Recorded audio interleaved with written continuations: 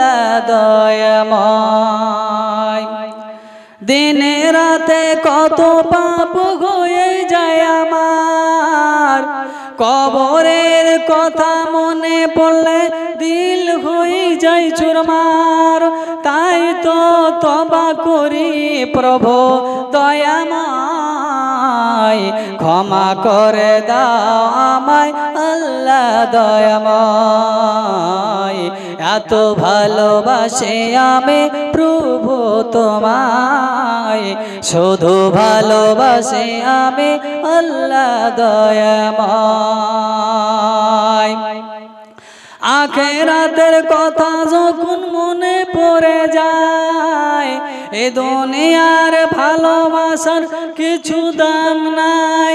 তাই তো তওবা, তাই তো দোয়া করি প্রভু দয়াময়, তাই তো দোয়া করে আখিরাতের ভালোবাসার তৌফিক দাও। এত ভালোবাসি আমি প্রভু তোমায়, শুধু ভালোবাসি আমি আল্লাহ দয়াময়। মরণের সময় জানো মুখে কালমা এসে যায়, তোমার কাছে দাবি করি প্রভু দয়াময়। মুখে কালমা নিয়ে যেন হাসরে দাঁড়াই, এত ভালোবাসি আমি প্রভু তোমায়, শুধু ভালোবাসি আমি আল্লাহ দয়াময়।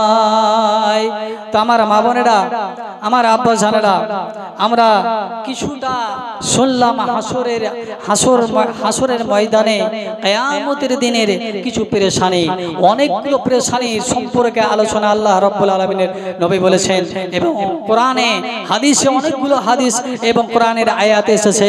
মা আমার বোনেরা রে, তো জেনে রাখেন ওই হাসরের ময়দানের জন্য, কিয়ামতের দিনের জন্য আল্লাহ রাব্বুল হযরত আবু হুরায়রা রাদিয়াল্লাহু তাআলা আনহু থেকে বর্ণিত, আল্লাহ রাব্বুল আলামিনের নবীকে উপরে যখন এই আয়াত নাযিল হলো, ওয়া আনজির আশিরাতাকাল আকরাবিন, যখন এই আয়াতটা নাযিল হয়ে গেল, তখন নবী করিম সাল্লাল্লাহু আলাইহি ওয়াসাল্লাম বিশ্ব নবী তার নিজের কওমের কাছে ছুটে গেলেন।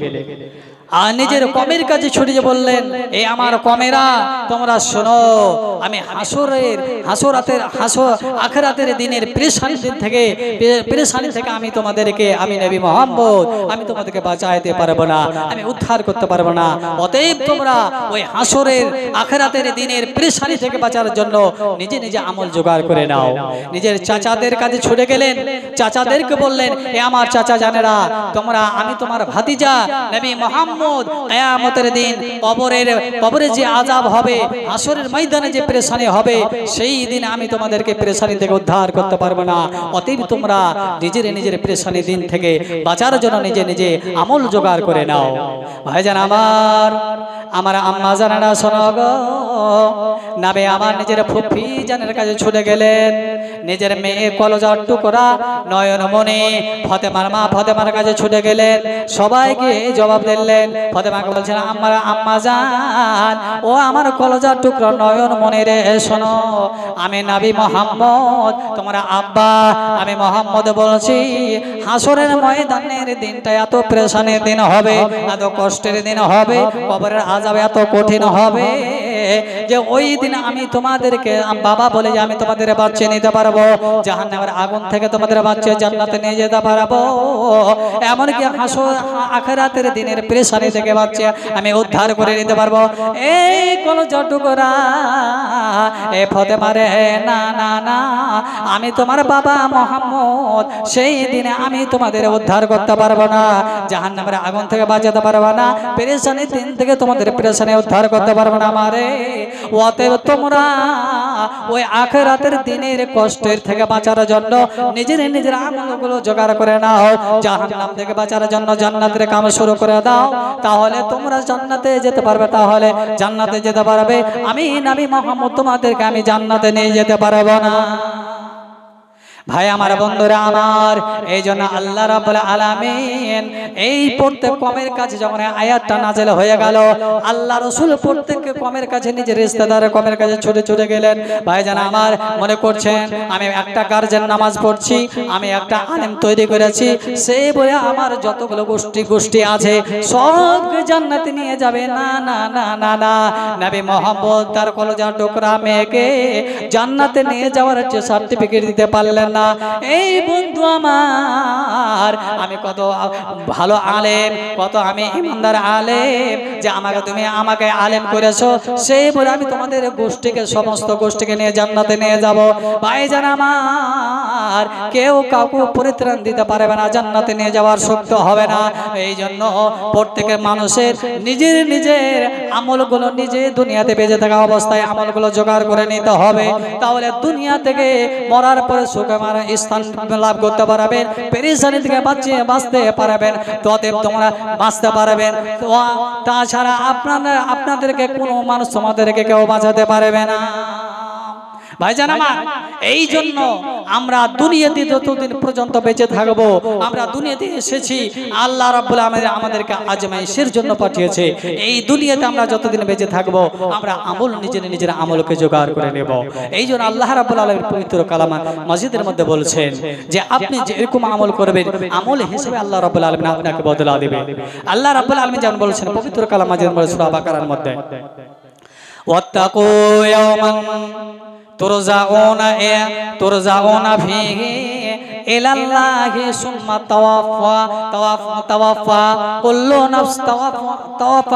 নাফসিন কুল্লু নাফসিন মা কাসাবাত আলাইহিম ওয়া হুম লা ইজলামুন।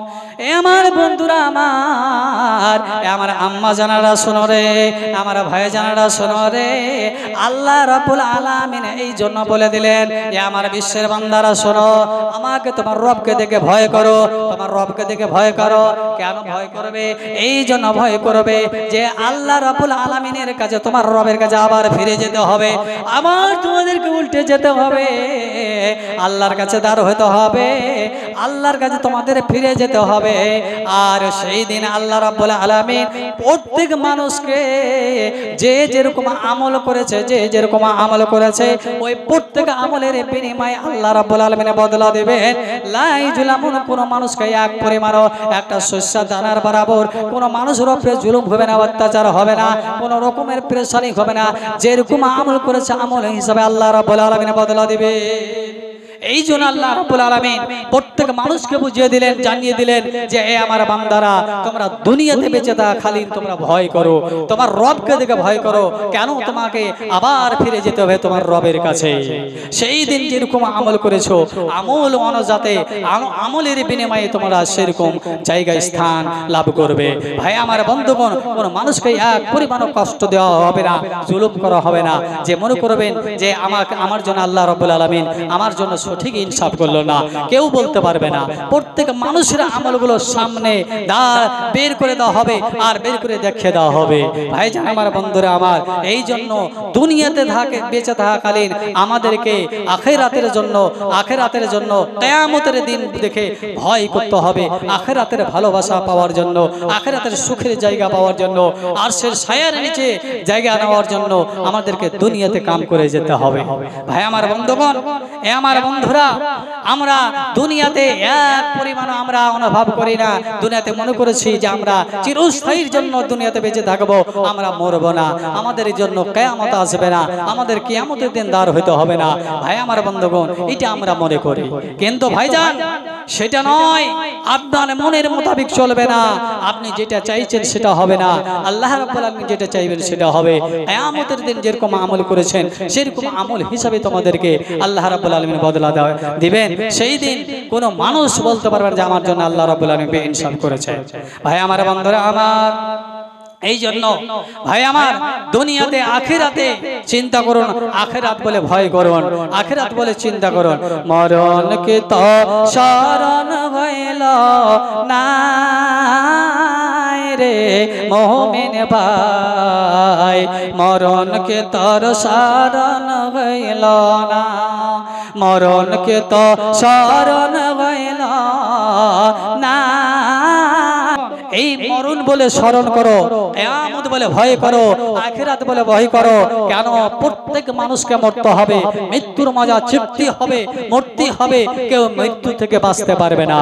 তাহলে হাসরের ময়দানে ওই কঠিন থেকে বাঁচার জন্য কোন মানুষরা বাঁচবে? আল্লাহ রাব্বুল আলামিনের নবী বলেছেন, বুখারী মুসলিমের হাদিস, আবু হুরায়রা রাদিয়াল্লাহু তাআলা আনহু থেকে বর্ণিত হাদিসটি, নবী করিম সাল্লাল্লাহু আলাইহি সাল্লাম বলেছেন, 7 প্রকারের মানুষ ওই কিয়ামতের দিন হাসরের ময়দানে কঠিন দিন থেকে এই সূর্যের তাপমাত্রা থেকে বাঁচার জন্য বাঁচার আশ্রয় পাবে, আরশের ছায়ার নিচে আশ্রয় পাবে কারা? 7 প্রকারের মানুষ। এই আমরা 7 প্রকারের মানুষগুলো জেনে আমি শেষ করে দেব, বক্তা চলে এসেছে। ভাইজান আমার, বন্ধুরা আমার, আল্লাহ রাব্বুল আলামিনের নবী বলেছেন, হাসরের ময়দানে কিয়ামতের দিন ওই পেরেশানি, ওই আরশের ছায়ার নিচে কোনগুলো মানুষের ছায়া স্থান পাবে? আল্লাহ রাব্বুল আলামিনের নবী বলেছেন, যারা আদিল, মানে আদিল বাদশা হবে, আদিল হুকমরান হবে না, মানে বিচারক হবে। আল্লাহ রাব্বুল আলামিনের নবী বললেন, ওই মানুষকে আল্লাহ রাব্বুল আলামিন আরশের ছায়ার নিচে স্থান দান করে দিবে। তো ভাইজান আমার, এই আরশের ছায়ার নিচে স্থান নেওয়ার জন্য আমাদের কিছু করতে হবে। আমি আলোচনা আগে বাড়াবো না, কিন্তু বন্ধুগণ আমার, আমি যতটুকু যে কথাগুলো আমি বললাম, এই আখিরাতের অনেকগুলো ভয়ের সম্পর্কে, কঠিন পেরেশানি দিনের সম্পর্কে আলোচনা অনেকগুলো আছে। তো ভাইজান আমার, বন্ধুগণ আমার, ওই দিনকে লক্ষ্য রেখে আমরা দুনিয়াতে এসেছি। আল্লাহ রাব্বুল আলামিন আমাদের পাঠিয়েছেন, আজমাইশের জন্য পাঠিয়েছেন, ওই সুখ লাভের জন্য, ভালো স্থান লাভ করার জন্য। আমাদেরকে দুনিয়াতে, দুনিয়াতে বেঁচে থাকাকালীন আমাদের সুন্দর আমল, ভালো আমল করে যেতে হবে। তাহলে আমরা আখিরাতে আমরা সেদিন সুখময় স্থান লাভ করতে পারবো। এখান থেকে আমি বক্তব্য দিতে গেলাম। আসসালামু আলাইকুম ওয়া রাহমাতুল্লাহ। হ্যালো, আসসালামু আলাইকুম ওয়া রাহমাতুল্লাহি ওয়া বারাকাতুহু। ব্যাপার হলো কি যে আমরা যার জন্য আকাঙ্ক্ষিত লালায়িত ছিলাম, ইন্তজার করছিলাম, আমাদের এই জালসার প্রধান অতিথি, প্রধান বক্তা ফজিলাত শেখ জনাব মাওলানা মনিরুল ইসলাম ফয়জি সাহেব, ইনার নাম আমি প্রথম শুনলাম যখন কয়েকদিন আগে, আর শোনার পরে ইনার নাম আমি মোবাইলে সার্চ করতে লাগলাম যে এর বক্তার নাম কোনোদিন শুনিনি, দেখিওনি, ওয়াজও শুনিনি। তো মোবাইলে শুনলাম, আলহামদুলিল্লাহ খুবই ভালো লাগলো। আর এত মহান বক্তা, এত বড় বক্তা, এত ভালো বক্তা আমাদের এলাকায়, আমাদের গ্রামে এসে উনি উপস্থিত আছেন। আর আফসোস লাগছে আমাকে এই ননিয়া ফারসাডাঙ্গের লোকের ওপরে, যে যদি এই গ্রামের লোকটি চলে আসে তো পেন্ডালে জায়গা হবে না। শেখ আমাদের এলাকা